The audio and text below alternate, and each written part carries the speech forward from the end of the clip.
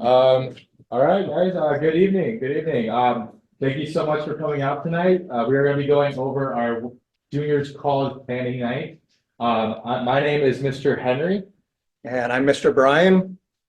And my name is Miss Monica. My name is Miss Angie. And we are the school counselors here for Classical Academy.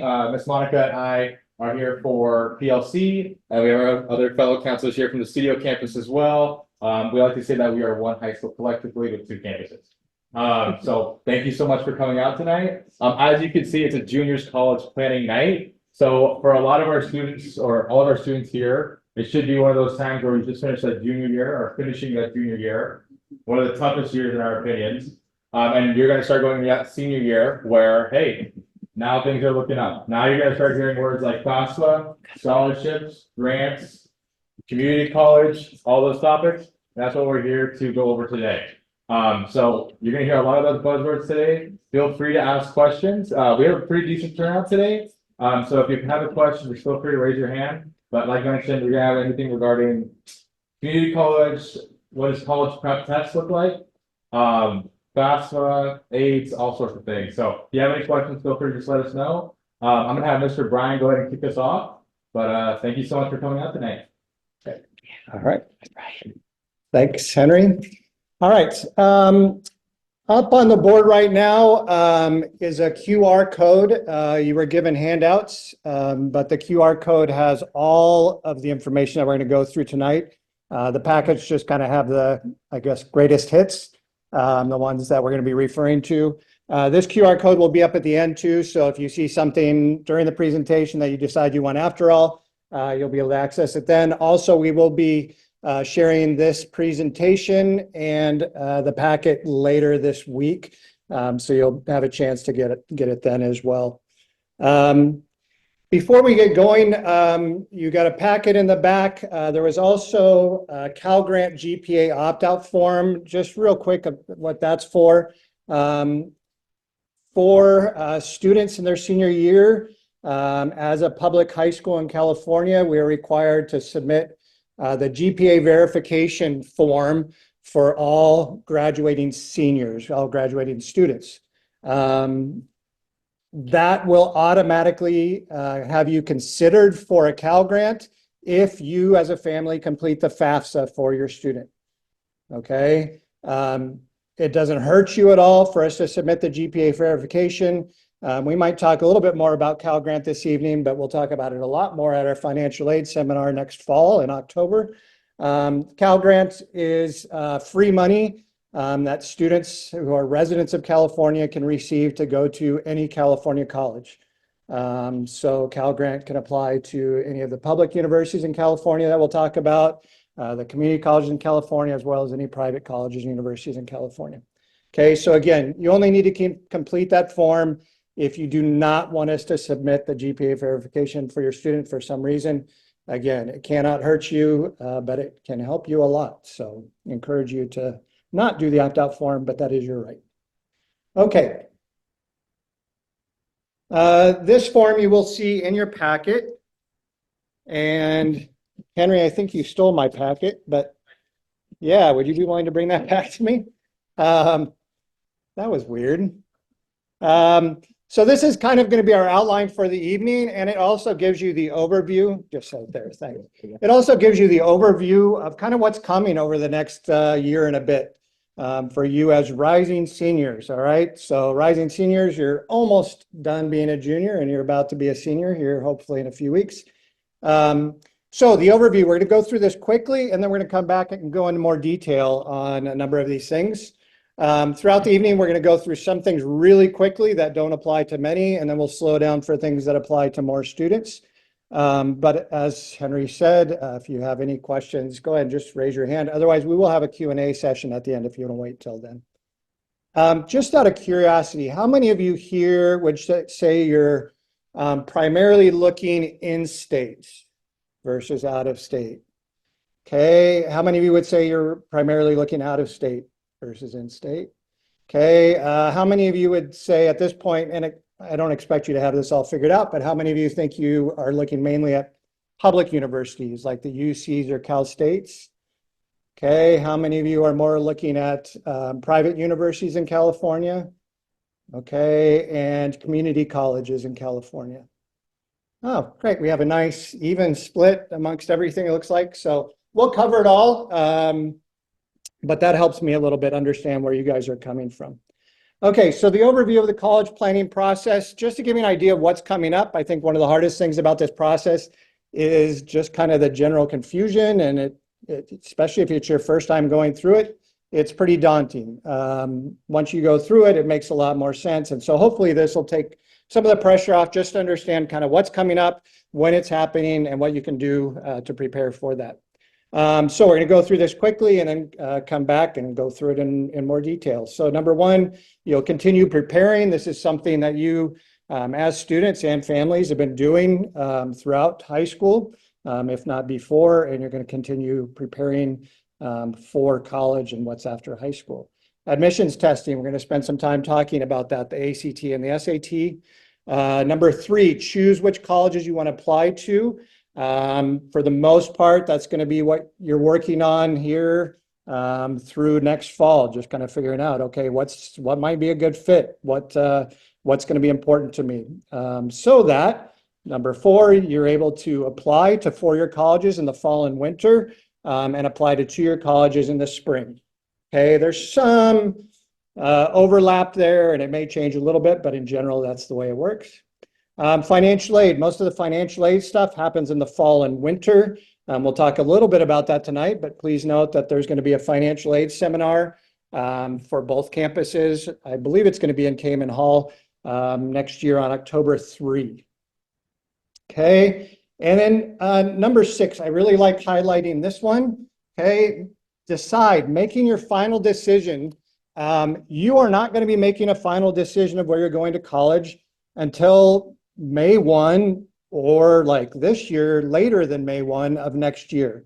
Okay, May 1 is called official notification day. It's when colleges have all agreed that they're going to require students to submit their intention roll, the student intention roll, sometimes called SIR. You don't need to remember that. An intention roll, and in most cases, a deposit to hold your spot at their campus. This year, some of you may have heard about some of the fiasco with FAFSA, and it just moved everything back. So most of the colleges this year moved that date back to May 15. Some are even later than that. And it's really not as strict of a thing as it used to be. So there can be a little leeway there as well. But just, I want to highlight that so you don't get the idea that your job now is to figure out where you're going to college. That's going to be your job next year around this time, or a little before this time. Your job now is to do the other steps that we're going to talk about, so that you have all the options available to you that you want, so that you can make a good decision by May 1 of next year for where you want to actually go. All right. All right. So now we're going to go into more detail on these. Number 1, continue preparing for college, for life after high school. You'll do this throughout the coming year. It says take classes and participate in activities that will prepare you for college. Does anybody know what's the number 1 thing colleges are looking for when they decide whether or not to admit a student to their campus? You have a general guess? This is a small enough group. You can throw out an answer. Is anybody brave? Yeah. Yeah, so you're half right. You're really 3/4 of the way right. It's a little bit of a trick question. So yeah, GPA, so your grades, most important thing, okay? But they're looking for your grades in college preparatory classes, okay? So they don't want to see you getting, 4.0, 4.8, whatever, and taking the absolute easiest classes that you can, okay? All PE classes, so you can get a really good GPA. They want to see you have the high GPA, but they also want to see that you're challenging yourself. They want to see that you're taking those challenging courses, like honors courses, AP courses, maybe concurrent enrollment courses. We'll talk about courses that you can take at colleges and get high school and college credit both. Okay, so number 1 thing, and then after that, it just depends on the college, what other things they're looking for. Most colleges are also going to be looking at extracurricular activities. Most of them want to see that you're more than just a brain on a stick. They want to see that you're investing yourself in something outside of the classroom. It doesn't mean that you need to be involved in everything, Okay, when colleges talk about this, they talk about they want to see sustained, meaningful involvement in something outside of the classroom. Okay, so they want to see you involving yourself in 1, 2, 3 other kinds of activities, and they want to see sustained involvement. You don't all of a sudden join every club, halfway through your senior year because you realize that's what colleges want. Okay, sustained involvement and then meaningful involvement. You don't just show up for meetings and sit there and do nothing so you can check at the box. Okay, they want to see that you're involved in leadership, that you're actively involved in whatever activity is. Okay, and it really doesn't matter what it is. It's whatever fits you and your interests and abilities. So it can be sports, drama, music, community service, church activities, martial arts, clubs outside of school, clubs in school, okay, whatever fits you. And just so you know too, if you're looking at some of the more selective colleges, they especially want to see students who take initiative. Okay, so you kind of go above and beyond and you find ways to use your interests to help your community or help your school to be better. So one I've seen before is a student who is really good at soccer. Okay, so of course she played on the soccer team at school and she did club soccer. Okay, but she also got a couple of friends together and they led a soccer club in their neighborhood for the young kids there so that they had something to do on Saturday afternoons. Okay, she found other ways to do like a fundraiser through something with soccer. Okay, so things like that, kind of combining your passions, your interests, along with serving your community, serving your school, your church, wherever. Okay. All right, so that's number one. If you go on in your packet, here's another college planning timeline. Similar to what we looked at the first page. So in the fall, you're narrowing your list. We'll talk more about that. Creating a college application calendar. It's a good idea to just have something that shows you when all the deadlines are, just to help yourself keep on top of that. We'll talk more about that with applications. Visiting campuses, we'll talk more about that. Talk to one of us about fee waivers. We'll talk about that in a little bit. Complete the FAFSA. FAFSA stands for the free application for federal student aid, to qualify for anything beyond just merit aid, like scholarships for certain GPAs and athletic scholarships, things like that, drama scholarships. Anything beyond that, you'll need to complete this FAFSA starting October 1 next year. We'll talk a little bit more about that, but wanted to highlight that now. And as we said before, you're applying to four-year colleges in the fall and winter. So winter, requesting your high school transcripts, we'll talk about that, and continuing to apply to four-year colleges. Just make sure you're checking deadlines. Spring, you're applying to two-year colleges, as well as the California Promise Program, which we'll talk about. It's a great time, in case I forget to say this later, it's a great time to visit your final college choices. Okay, visiting colleges now and summer's okay, but better in the fall when they're in session. In the winter is all great. Helps you figure out which colleges maybe you want to apply to, what ones might be a good fit. But visiting colleges next spring, maybe during spring break or in April anytime, that's a great time to visit your final choices one last time before you make your final decision. Some students will do this with colleges that are farther away. Okay, I don't want to pay all that money to go visit if I don't know if I'm, even going to be accepted there. So I'll do the research, I'll apply, and then maybe next spring break, then I'll go visit if I've been accepted before I make my decision whether or not to go there. Okay. You'll review your financial aid awards that you get from all the colleges, what they'll give you for financial aid, and then you'll send your enrollment deposit to your chosen college by May 1. Yeah. Colleges inform the Yeah, we're going to talk about that toward the end. So let's hold off on that. Okay, it's a great question though, so make sure I answer it. Hopefully you've seen this before. We're not going to spend a lot of time on it now. It's called the A to G list, or the A to G subject requirement list. These are high school courses, or the number of years of high school courses you are required.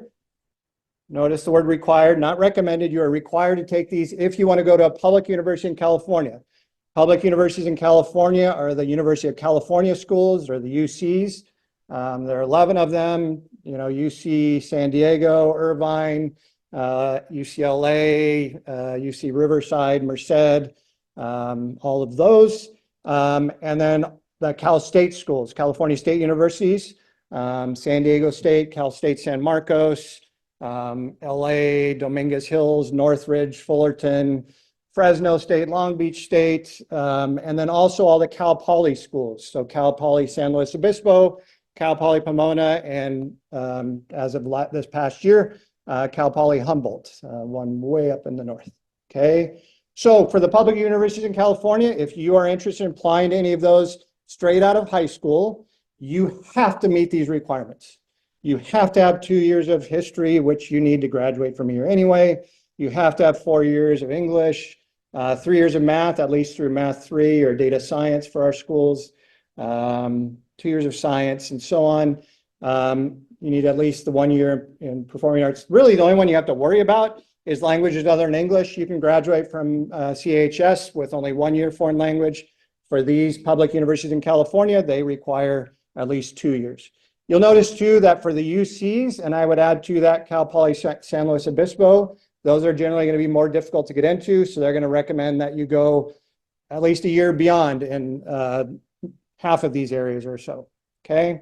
Don't worry about elective courses. We require more than they do, so you're going to be fine there. Please note, for these schools, only for the public universities in California, they're very strict. They say not only do you have to meet these requirements, but you have to have a C or higher in each of these requirements. Okay, you can get a D in a class here. We will give you credit for it. We will not make you retake it. So say you get a D in English 10 for second semester. Okay, we give you credit for it. You don't have to retake English 10 second semester. Okay, but if you want to count it for your A to G requirements, you will have to retake it and get a C or higher, or take something else that will take its place. If you want to see the classes that count for these A to G requirements, there's a link there. Again, you can scan at the end the QR code or get what we send home to you in the next couple of days and check that out. And then if you want to find other colleges, what they require or recommend that you take in high school, there's a link at the bottom with some instructions. You can look up Harvard and find out what courses Harvard requires you to take in high school. Now, for those of you looking at some of the more selective colleges, they're generally going to follow what the UCs require and recommend. So it gives you a pretty good idea looking at this, what most colleges are looking for as far as your high school courses. All right, if you go back, you don't need to, but if you go back to the front page, it talks about college admission testing and just let you know that you need to take or retake the SAT or ACT, perhaps. Okay, so I don't know if you've been watching or seeing in the news, but more colleges are requiring the SAT or ACT again. So just recently, Yale and Dartmouth and Brown, some of the really selective Ivy Leagues, have decided that they're going to start requiring the SAT or ACT. A number of them stopped requiring it during COVID. UCs and Cal States will continue to not even look at them. Okay, they are what's called test blind. Okay, they do not want you to send in your scores. They will not look at your scores if you send them in. Okay. A lot of colleges now are what's called test optional, okay, which means that you can send them in. It might help you get in, but they're not going to require them, okay? For those colleges, so there's about 80 of them right now, and I'm guessing it's going to continue shrinking a bit, who are test blind, who will not look at them, okay? The vast majority of colleges out there either are requiring that you take them or will consider them if you send in your scores. So again, it can only help you for those colleges. It cannot hurt you. If you don't like your score, don't send it in, okay? So we are recommending that you take the ACT and or the SAT, and here's some information about that. So you have this in your packet if you want to look at it as I go through it. And again, this will be in the packet that you can scan for, that will be sent out to you in a couple of days. On this sheet, you will see information about colleges requiring or recommending the SAT and ACT, registration, fee waivers, test preparation, and test dates.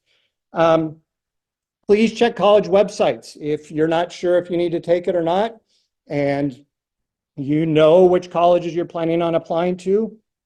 Go ahead and check them out. Just realize that for colleges that require either test, they're going to take either test. It doesn't matter if you take the ACT or the SAT or both. They will count them the same. It's not like one is worth more to them than others. Most people out here hear about the SAT and think that's the most important one. That it's a California thing. Okay, West Coast and East Coast prefer the SAT. Rest of the United States prefers the ACT. Colleges will take either, and they will count them the same. They're very similar. Okay, handful of years ago, SAT made some changes and made them even more similar. Okay, main differences are the ACT has a science reasoning section that the SAT does not. Can you look at data from a science research project and understand what that means? You don't have to memorize formulas or anything like that. Also, the ACT has more straightforward questions.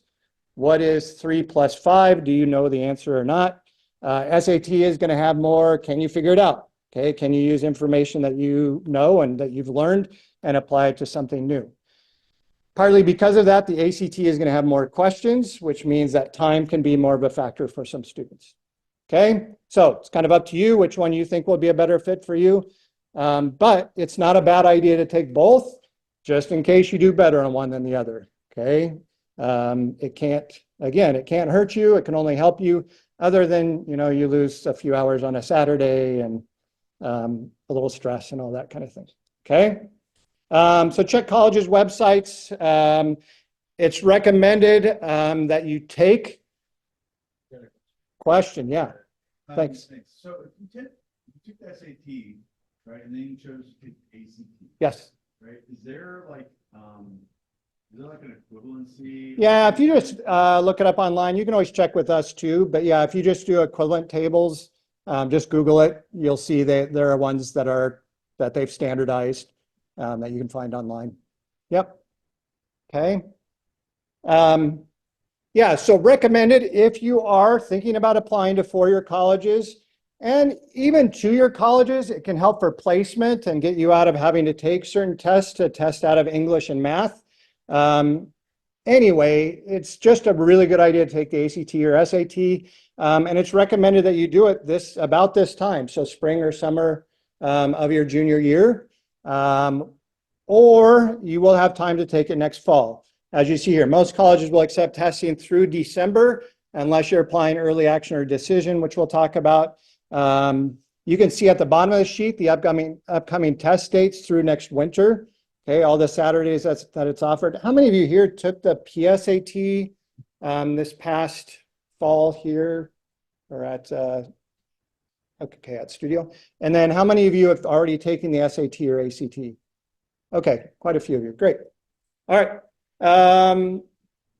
Again, if you have any questions about that, see us. If you want to look for test preparation to help you with that, there's some great free resources through Khan Academy. Those of you who took the SAT already or took the PSAT, it will link your scores to Khan Academy's free test prep website. It used to be that you had to pay for it. Now it's free because they partnered with College Board. And it identifies, based on how you did on those tests, it identifies which areas you need the most help with. So it's going to gear the practice and the preparation to your weaker areas. Okay, so it's a great resource that's absolutely free to you. There are pay ones as well if you're interested. There are also test fee waivers. If you think you might qualify, talk with your counselor. All right, types of colleges.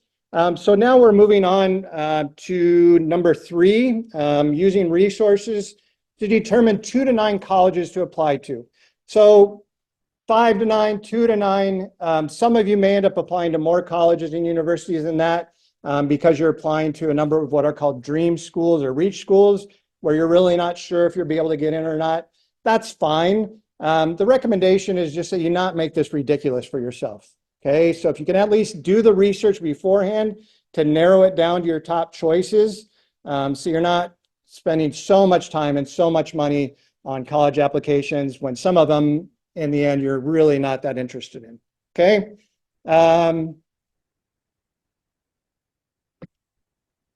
At any rate, so 2 to 9, and then use different resources that are available to you. So here's one resource. There are three main types of colleges in the United States.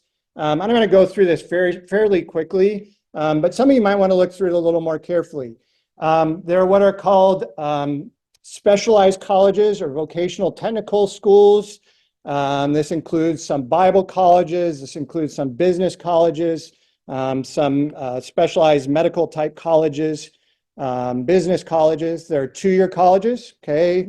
So community colleges typically are junior colleges, and then four-year colleges or universities. Each type has pros and cons. Okay, I see some of you taking a picture. Just realize this is in the packet that you can access through the QR code and the one that's going to be sent to you.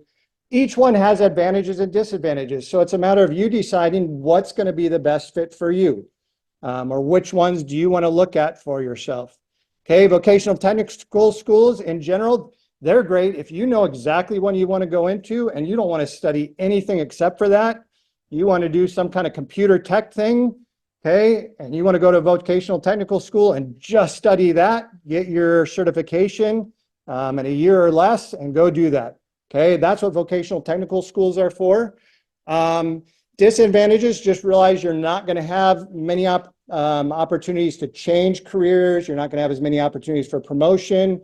Most students or most of us change our minds through our careers. I don't even know what the latest statistics are, but I know when I've looked before, most people these days change their career area 3 or more times, change careers 10 or more times.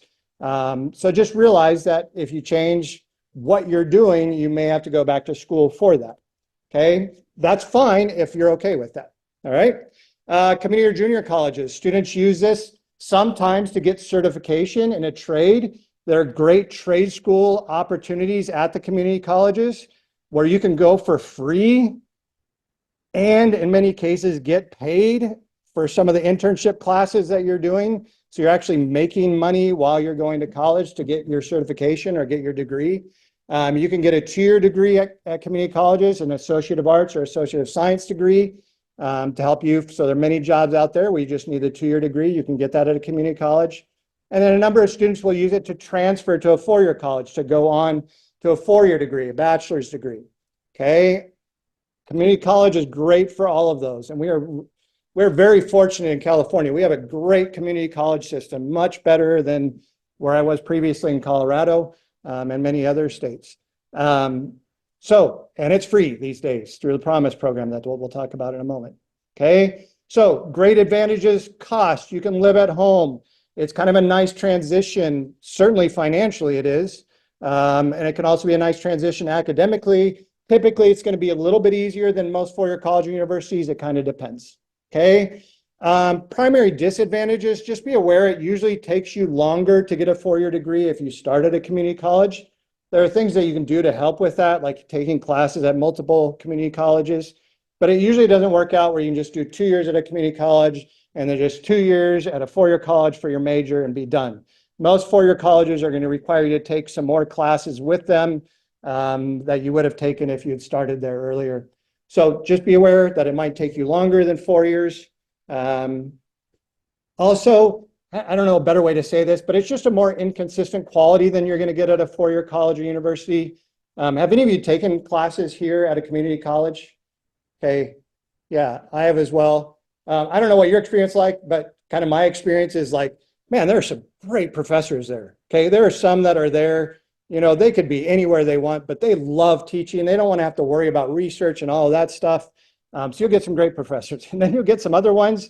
You're not sure how they got hired, but they're there. Okay, same thing with students. You'll have some students in there that are just, man, they are on it. And you have some students in there, you're like, dude, why are you here? Like, you know, apparently mom and dad made them go, and so they showed up. And then, yeah, just the academic level of the classes, it's kind of all over the place.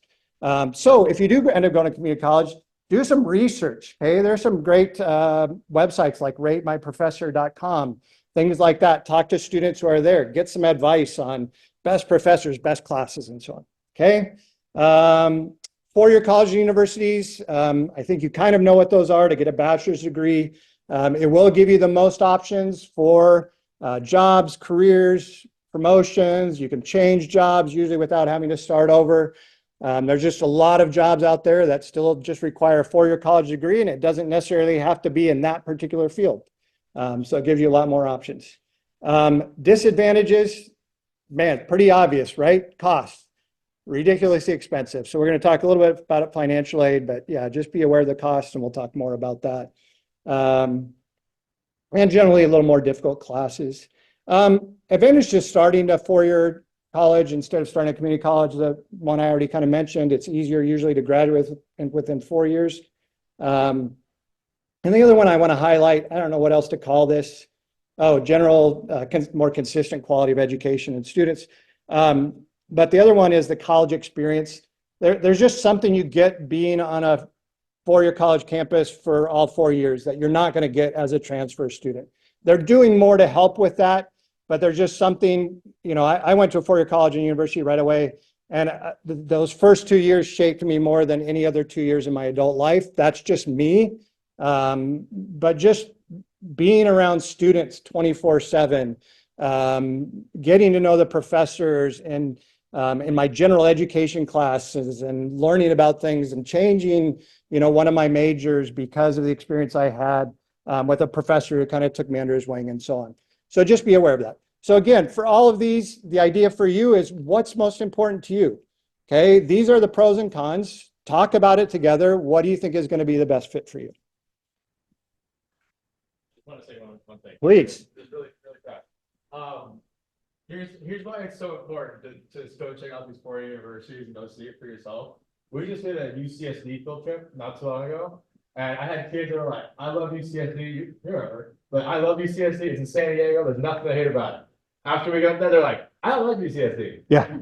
They're like, "I don't like it. It's too big. I can't get to my class. I'm in my dorm and I have to still have to drive for 20 minutes." I don't think so, right? That's the difference. That's the difference. If you're going to UCSD and let's say you're going to be a teacher because teachers get paid phenomenal amount. Wow. I would be like, "Are you sure? Are you sure?" Right? Because UCSD's program, you're talking about chemists, you're talking about biologists, you're talking about doctors. That's what you're talking about. That's what I see in UCSD. When you go to the tour, I told the kid, and you heard me say it too. Did they bring up teaching one time? Absolutely not. Okay, nothing. Absolutely nothing about it. But if we go to San Diego State, if you go to Cal State San Marcos, if you go to community college, they might say something different. They might say something different. So I always tell juniors, I always tell the kids, I think, hey, you have to go immerse yourself in the campus first. Now we are incoming seniors. That leaves us with not too much time. So I would encourage you just to go check out the campus, see what it's like. Also, if you do choose the community college route, your family will really thank you for the funds. So keep that in mind. It is a very big difference as far as pricing goes. So make sure you love your career. That being said, I'm gonna let you keep going. All right. Thanks for that. That's actually a great transition.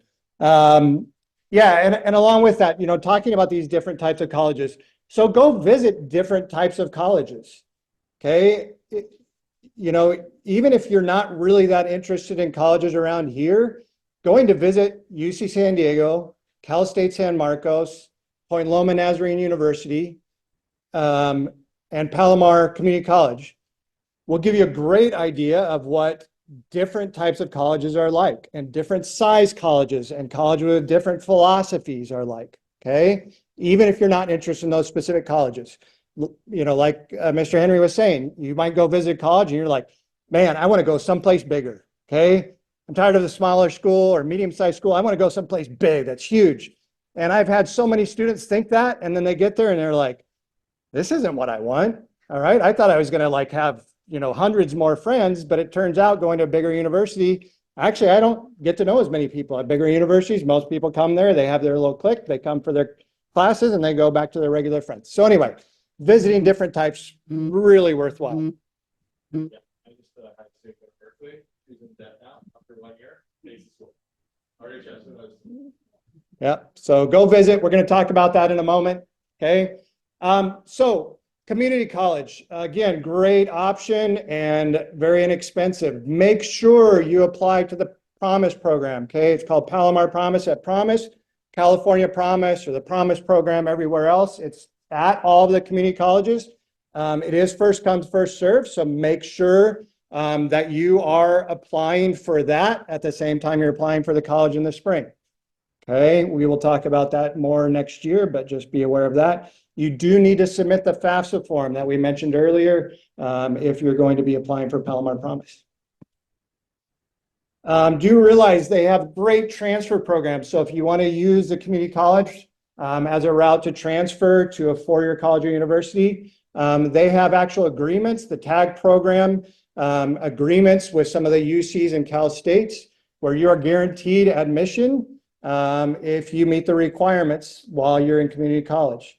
Okay, so it's a great way to get into some of those schools where you're not having to pay for all the years there and where it's a little bit easier to get in going the transfer route than trying to get in directly. Yeah, we can help you with that. If you are interested in that, just talk with your counselor. College athletics, there's a QR code. We're not going to spend really any time on this, but if you follow the QR code, you will find all the information you need. Basically, if you want to play sports in college at the higher levels, so NCAA 1 and 2 and NAI, you will need to meet certain requirements. Kind of like you have to be eligible here through CIF. Same thing there. You have to be doing well enough in your classes, and you need to be taking enough challenging classes to be eligible to participate in sports there. College visits. Mr. Henry kind of jumped the gun on this one, but he's a little early coming in. Yeah, he apologized. Anyway, so worthwhile. Okay, we can share some information about how you can do some prep work. It's really recommended that you visit while classes are in session. Summer's better than nothing, but if you can visit while they're in session, that's ideal. We kind of have it good here, you guys. We, at my campus, you have Mondays off. Here you have Mondays, Fridays at least. So you have days where it's really easy for you to go visit college campuses without having to worry about missing classes here. It can be an excused absence, so you are allowed to take off school to do college visits. Thanksgiving week is a good one because college is generally going to be in session that Monday and Tuesday. So visit in session so you really get the feel for what it's like to go there. Do as much as you can while you're there to get a feel for it. So schedule your visit in advance to do as much as you can. Spend time with faculty and admissions. Obviously, take the campus tour, ask lots of questions. If you're interested in sports or drama or music, make sure you're spending time with those instructors, those coaches. Take photos and notes, especially if you're visiting a number of colleges. Okay, you think, oh, I'll never forget this. And then, 2 weeks later, you're trying to remember which campus it was that had that really cool thing that you saw, right? So definitely do your visits and realize too, like Mr. Henry was saying, going to a college and realizing, oh, I thought I was really going to like this and I don't like it. That's really helpful information. That keeps you from going to Cal Berkeley and spending money and hating it. Okay. And I shouldn't have said that. No offense to Cal Berkeley. A lot of people go there and love it. So, okay. Selecting a college. Are there any of you really honest here? Okay. Moment of confession. Are there any of you who are honestly just are really not sure what you're doing here and what you're going to do? Okay. All right. That's okay. Mr. Henry, I'm sorry to hear that. Miss Monica, tragic. So this document is for you. We're not going to spend time with it now, but it just kind of goes through all the steps of selecting a college. Okay. There are over 4,500 colleges and universities just in the United States. Okay. You're not going to be able to check them all out, but there are a lot of things that make them different from each other. Okay, including the types of colleges that we talked about earlier, 2-year, 4-year, private, public. Okay, so things to look at as far as what in general is going to be the best fit for you. And then that will help you as you do your search. It's kind of like if you're looking for a car and I ask you, oh, really, what kind of car are you looking for? And you're like, I have no idea. I just need a car.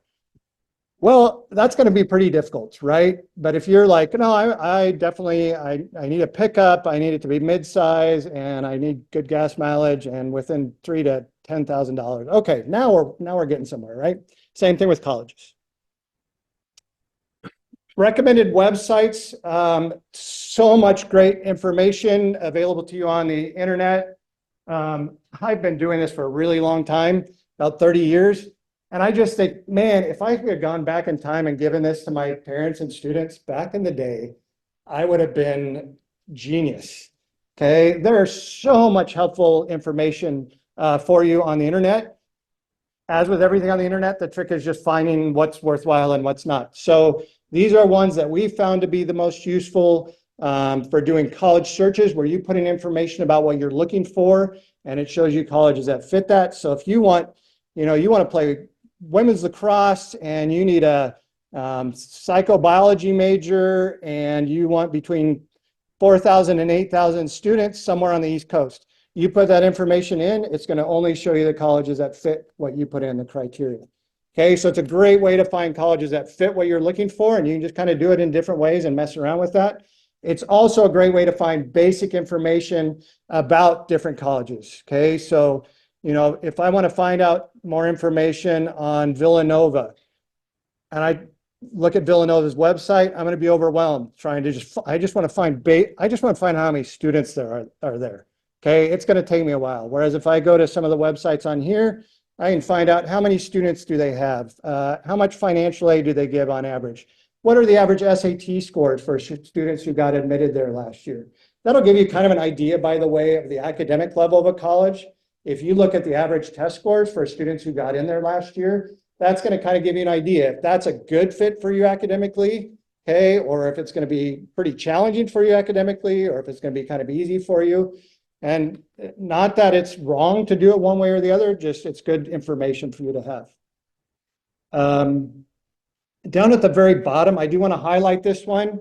This is in your packet where it says net price calculators. We talked about community colleges being a great deal. There are net price calculators where you can get a rough idea of what it will cost you to go to a particular college and university. Okay, colleges are required to put this on their website, and you'll be asked to put in information about your grades and kind of your family finances, and it's going to give you a rough idea about how much it will actually cost you out of pocket. Hardly anybody pays the sticker price on colleges anymore. Okay, the vast majority of colleges are giving a lot of financial aid, particularly the private colleges. But some of them are going to give you more than others. And so doing a net price calculator ahead of time will really help you as a family find out, is this even in our ballpark? Okay, before you get your heart set on that college, do a little bit of checking to see if it's even going to be possible financially. Now, all of them are required to put this net price calculator on their website. They are not required to make it easy to find. Okay, so the easiest way to find it is type in net price calculator in Google along with the college name, and it will take you to that website for them, and it will give you just a rough idea. Highly recommend that you do this as a way to find possible colleges for you that fit what you're looking for in other ways, but also fit what you're looking for financially. Okay, I think that's our question. Yeah. Yeah. They won't make you pay over your expected family income. Is that right? About? Yes. So that's it used to be called the EFC, or the estimated family contribution. I'm drawing a blank what it's called now as of this year. Again, all part of the lovely FAFSA fiasco. At any rate, when you complete the FAFSA, they will use your family financial information for the student and parents, guardians, to determine how much they estimate you should be able to pay for your next year of college. They will send that information to whatever colleges you ask them to, and each college that you apply to and you're accepted to will create a financial aid package for you based on the information they get from FAFSA. Okay, so if it costs, $40,000 total to go to their college and you're expected to pay $25,000, they're going to subtract that $25,000 from 40, and they're going to say, we need to come up with $15,000 in financial aid for you. Okay, scholarships and grants, money you don't have to pay back. It can also be loans, work study. We'll talk a lot more about this at the financial aid seminar next year. Okay, so there are 60 or so colleges out there, including Pomona. So those, the Claremont colleges, for example, that are what are called met need colleges. Okay, so whatever your financial need is to go to their college, done. That's covered. They're not going to make you pay for any of that. They're not going to make you do a loan for that. It's just covered. You don't have to worry about it. Okay, most other colleges aren't necessarily going to meet that need, or they're going to give you loans to meet that need. Okay. On our websites, you'll have links to our financial aid seminar from last year. Highly recommend that you come to that next year. If finances are at all a concern for college, which for the vast majority of us they are, you will get so much great information at that. But that's the basic. Does that make sense? Okay. So other websites on here for college rankings, choosing majors and careers. Great ones on military and the ROTC if you want to use that as a way to do college and military, both. Campus safety, some basic financial aid information, and more stuff, or basic stuff on SAT and ACT. All right, want to spend just a few minutes on here. So I think we're going to go till about 7 o'clock and then do some question and answer. How to apply. So you do not need to worry about this now, okay? It's only if you are applying to any of the military academies, not the military in general, but the military academies. So West Point, Air Force Academy, Naval Academy, if you're applying to Coast Guard, if you're applying to any of those, you want to start working on that as soon as possible if you haven't been already. But for all the other college and universities, you do not need to worry about applications until next fall at the earliest, okay? However, we're doing this thing tonight because you're about to start summer, where very likely you're going to have more time available to you than you will next year as a senior once school starts. Okay, senior year gets a little crazy. So it's highly recommended that you work on some of this, that you're exploring colleges, you're doing some of those searches, you're having conversations with your family about what's important. And you might want to start looking at some of the application process now, because there are parts of it that you can be working on this summer. All right, so how to apply. You can check the college's websites or Google or College Board's website or things like that to find out how to apply and for links to their online application. Just make sure you're following their instructions carefully. They're really good about laying out what you actually need to do, so just make sure you follow that. And number two, super important that you turn everything on time. Okay, does anybody know what the deadline is to apply to the UCs and Cal States? November 30. Okay, you know what happens if you apply? Almost all of them. There are a few exceptions to that. Okay, but for most of them, if you apply, let's say a UC, if you apply to a school at 12:05 a.m. on December 1, guess what happens? They don't take it. Okay, they're very strict. 11:59 p.m. on November 30 is when your application needs to be turned in, and it doesn't open until October 1. So you've got a 2-month window to apply to those colleges. So make sure you're meeting your application deadlines. In most cases, it's a big deal. Requesting official transcript, you'll get information about that next fall, whichever campus you're at, how to request a transcript if it's needed at your college. There are some colleges that don't require it. UCs and Cal States, you do not need to submit your transcript. You're going to fill in the information about the classes you took and what grades you got.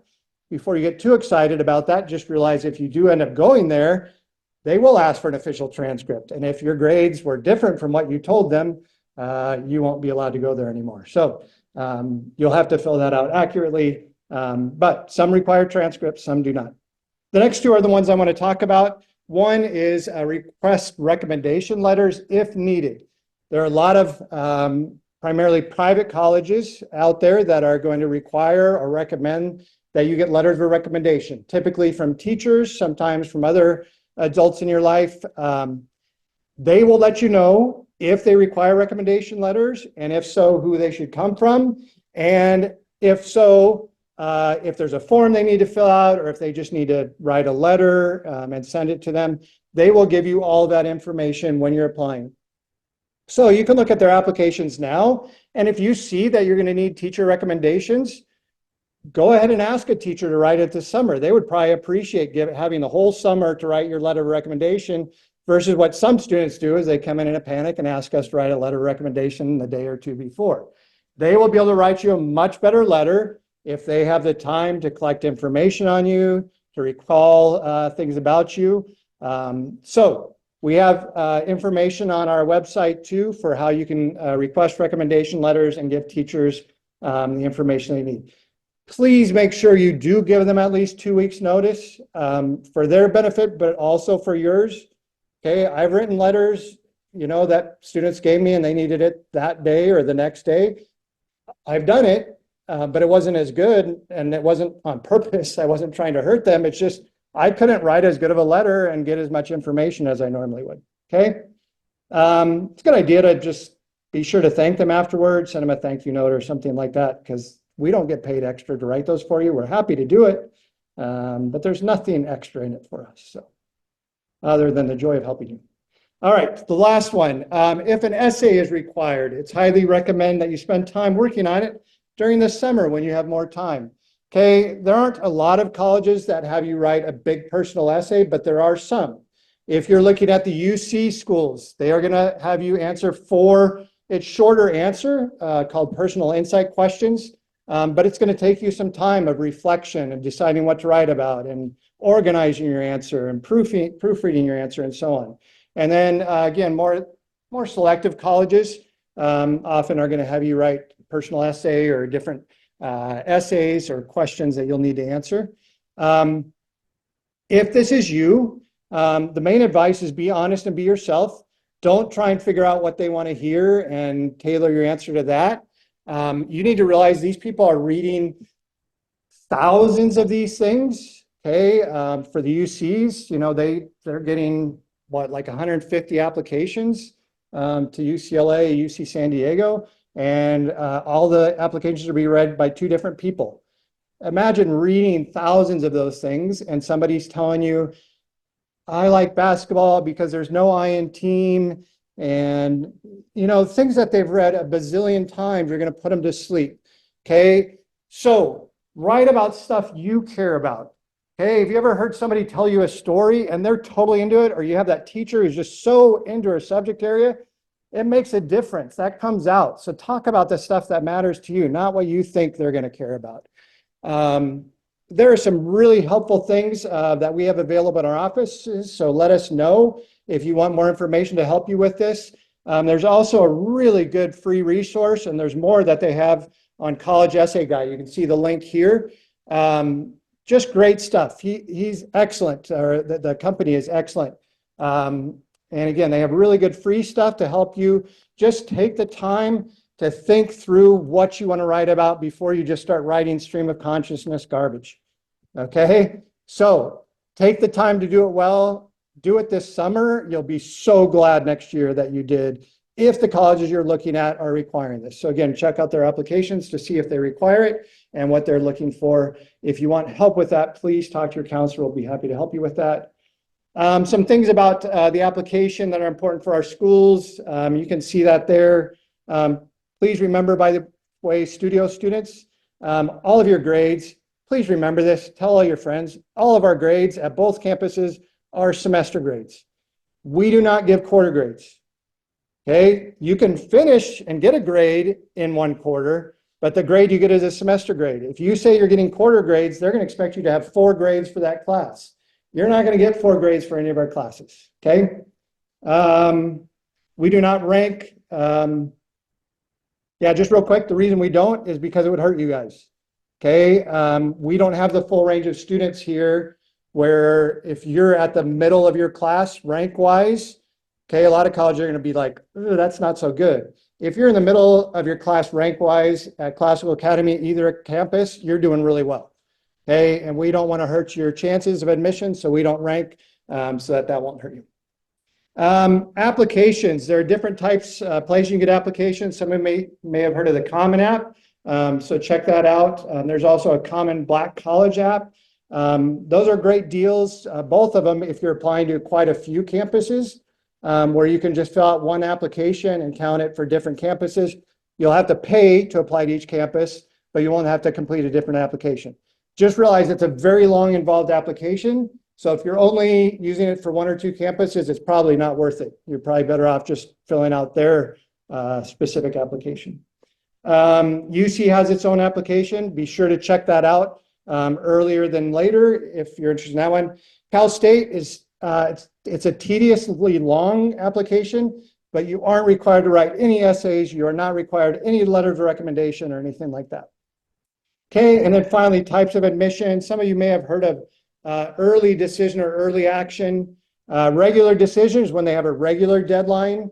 Okay, rolling admission is when they still have a deadline in most cases, but they just make a decision as they get applications. So I worked at a college that had rolling admission.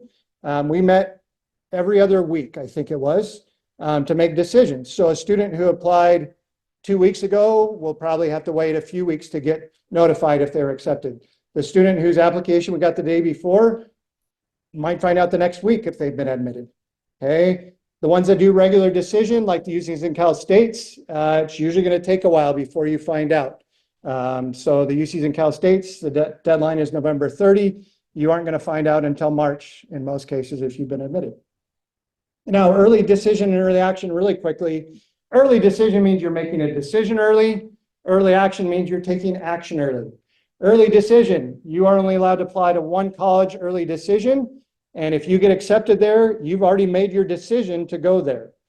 Okay. So you should only do that if you're really sure that's where you want to go. Okay. And if financial aid isn't a huge concern for you. Okay. But there are usually financial penalties if you change your mind. If you apply early decision, you get in there and you decide not to go there after all. It may cost you money. Okay. Early action, no problem. You're just taking action early. So it's an earlier deadline. Most of them are going to be like October 1, October 15, November 1, November 15. You apply earlier and then you find out earlier if you've been accepted, but you still don't have to make your final decision until May 1 of that year. So it's just if you want to apply earlier and find out earlier if you've been accepted, great, do early action. Okay.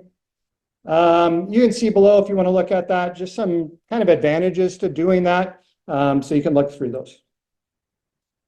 All right, we're on the last one here, scholarship information. If you're looking for scholarships, realize that the vast majority of scholarships will come from the college you apply to.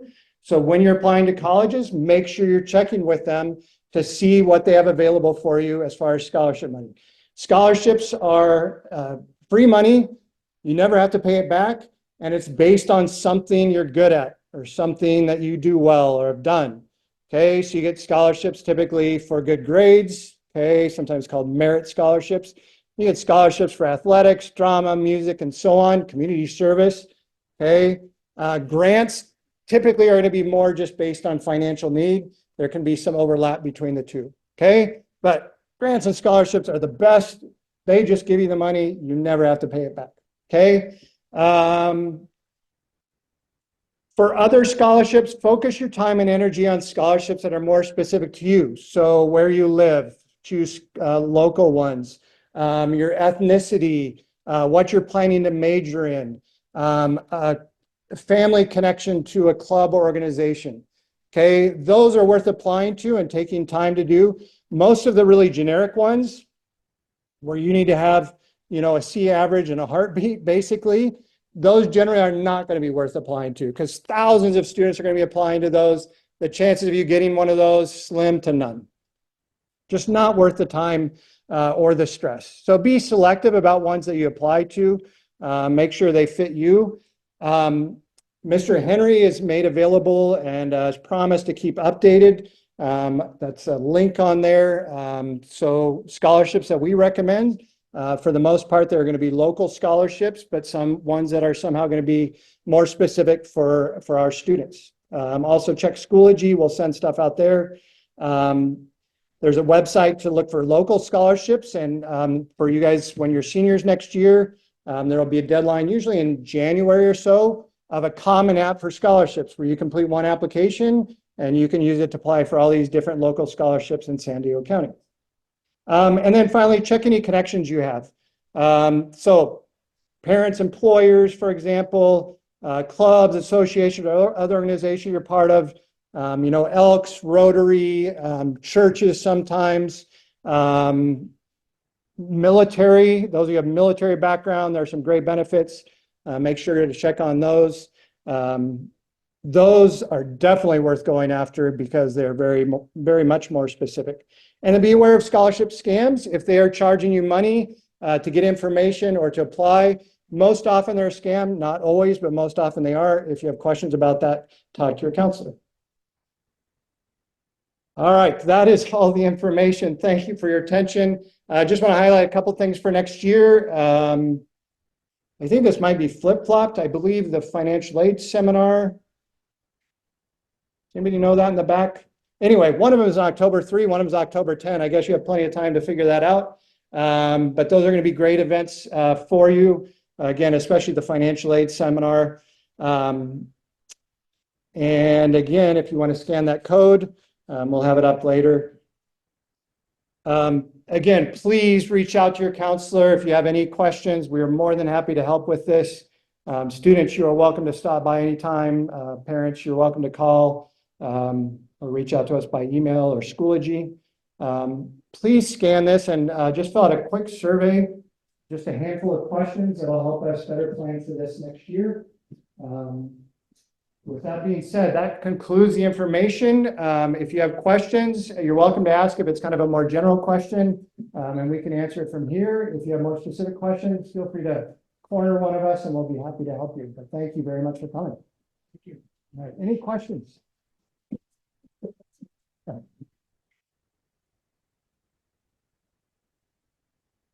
I was so clear and thorough. There's nothing else about college. Yes. The Palmer Promise, I have two questions. Is it only for Palmer? Do they do that at other schools? Yeah, it's at all the community colleges in California. It's called Palomar Promise at Palomar. The other ones will just call it like the Promise Program. Some of them will call it California Promise. They all have it.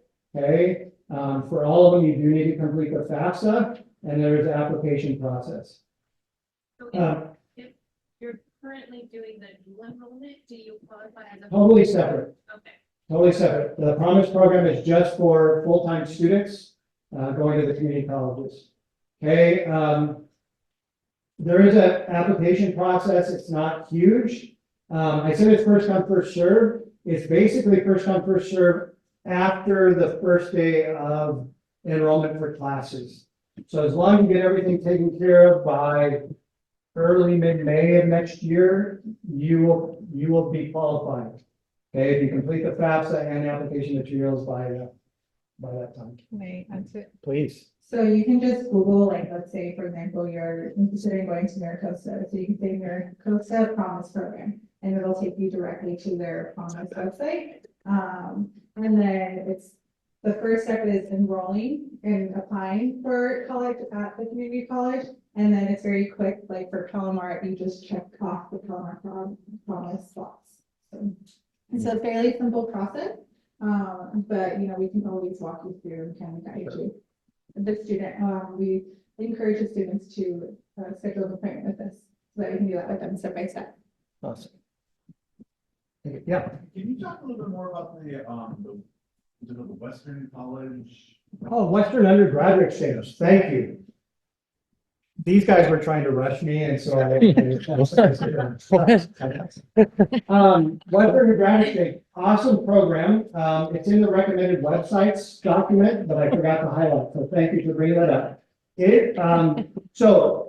Because assuming you're a resident of California, because you are a resident in the Western United States, a lot of the public universities, most of them, not all of them, but a lot of the public universities in the Western United States, so think Montana, Utah, Wyoming, New Mexico, Colorado, and West, most of the public universities in all of the Western United States will give you reduced tuition because you're a resident of a Western state.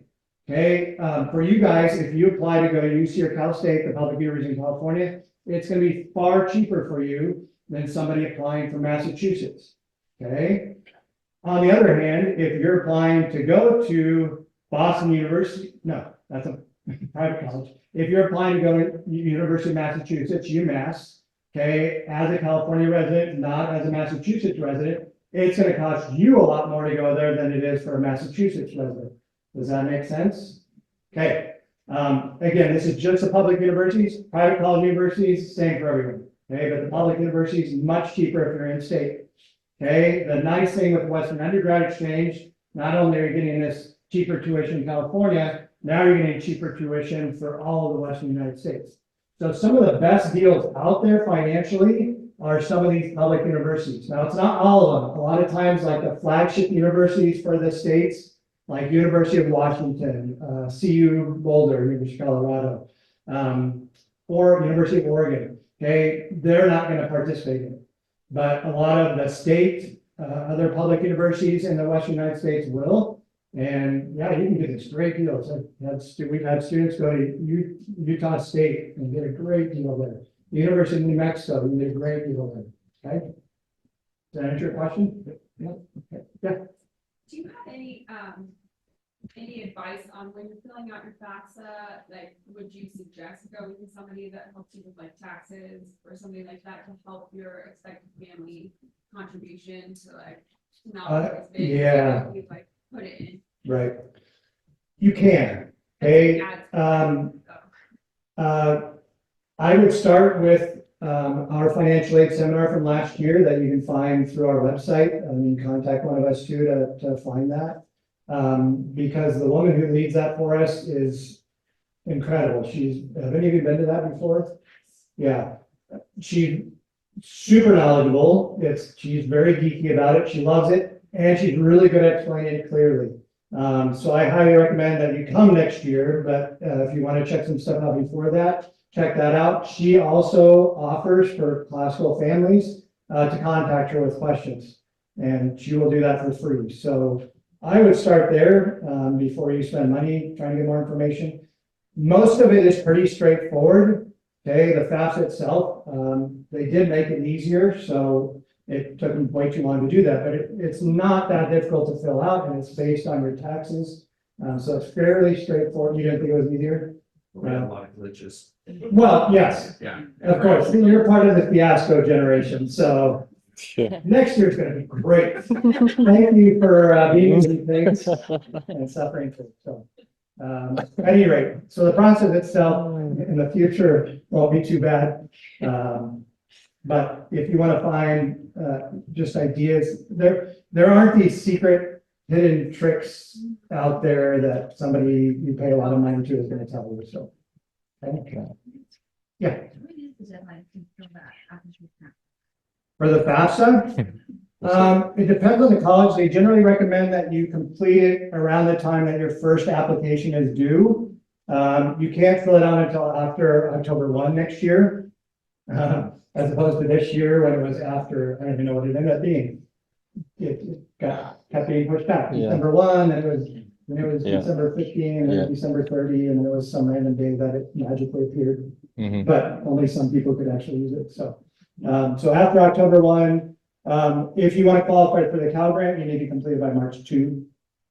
That helps. Yep. Any other questions? All right, well, we will stick around for a while, so feel free to ask us questions, and again, feel free to stop by or contact us.